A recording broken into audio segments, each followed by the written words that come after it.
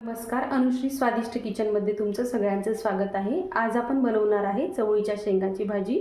त्यासाठी मी एक टमाटर कट केलेला आहे, थोडीशी कोथिंबीर घेतली, 5 ते 6 लसणाच्या पाकळ्या घेतलेल्या आहे, 150 ग्राम मी शेंगा घेतलेल्या आहे ज्या की कट केल्या आणि धुवूनही घेतल्या, थोडंसं शेंगदाण्याचं कूट घेतलं।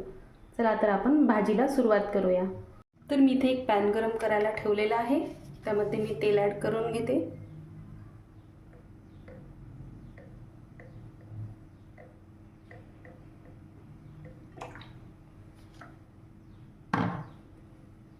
यानंतर मी यामध्ये मोहरी ॲड करणार आहे, 1 चमचा।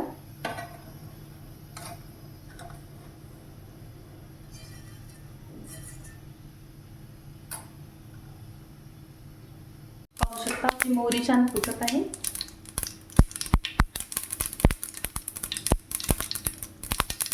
तर मी यामध्ये लसूण ॲड करणार आहे। लसणाला छान फ्राय होऊ देते।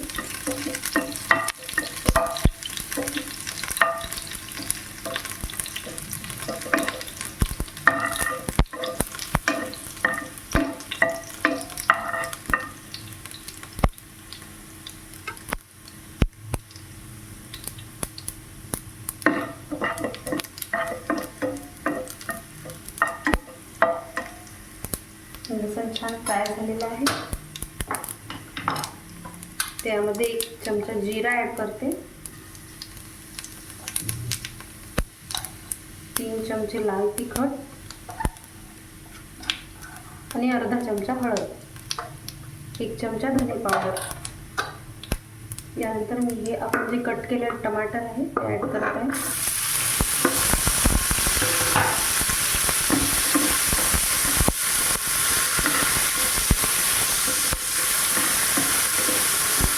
गॅसचा फ्लेम कमी ठेवलेला आहे।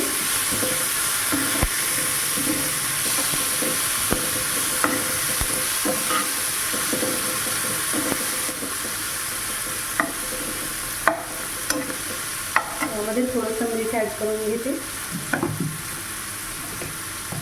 मीठ टाकल्यामुळे आपले टमाटर लवकर शिजतील।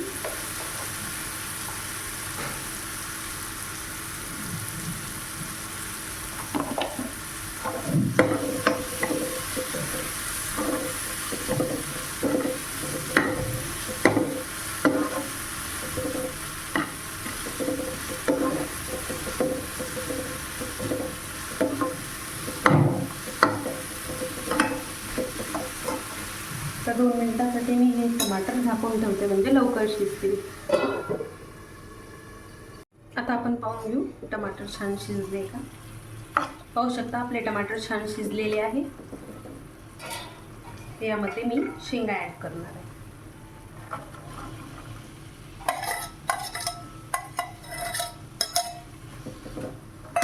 पूर्ण शेंगा ॲड करून घेतल्या। थोडंसं मीठ ॲड करते। अगोदर मी थोडंसंच मीठ टाकलं, कारण ते आपण टमाटर शिजण्यासाठी टाकलेलं होतं। अगोदर मी अर्धा चमचा मीठ टाकले, तर अजून अर्धा चमचा मीठ टाकले।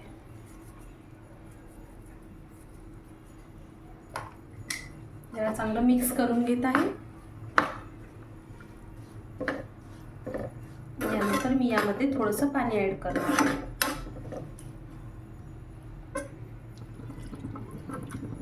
पाहू शकता अर्धा ग्लास पाणी ॲड केलेलं आहे मी।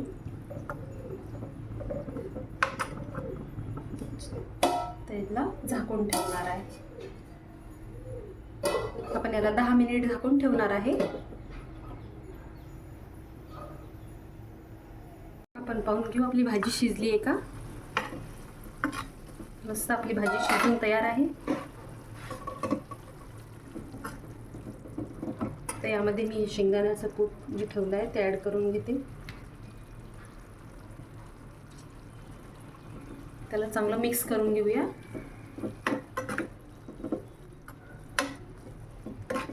पाहू शकता आपली भाजी बनवून छान तयार आहे।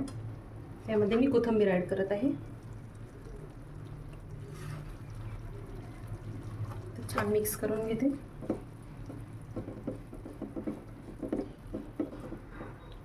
अशाच नवनवीन रेसिपीजसाठी माझ्या चॅनलला लाईक शेअर आणि सबस्क्राईब करायला विसरू नका. धन्यवाद.